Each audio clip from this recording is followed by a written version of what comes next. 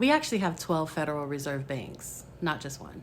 Our 12 Federal Reserve banks are spread across the country, and there's a reason for that. When Congress created the Federal Reserve in 1913, America had just come through decades of financial panics, including the major panic of 1907. So we needed a more stable banking system.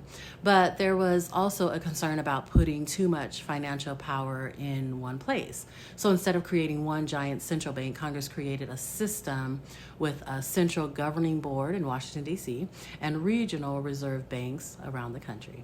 The law actually allowed for between 8 to 12 regional banks. A government committee ultimately chose 12. So we have 12. 37 cities wanted to become a Federal Reserve Bank because it would be a sign that your city was an important banking and business center, and many believed it would give the local economy a boost. Cities that wanted one but aren't one was Baltimore, New Orleans, Denver, Seattle, and Los Angeles. But they didn't make the final 12. Officials traveled around the country, held hearings, and looked at things like banking activity, communication, travel, transportation, how and where people were doing businesses around the region with each other. The 12 chosen were Boston, New York, Philadelphia, Cleveland, Richmond, Atlanta, Chicago, St. Louis, Minneapolis, Kansas City, Dallas, and San Francisco. And those decisions still shape the Fed today.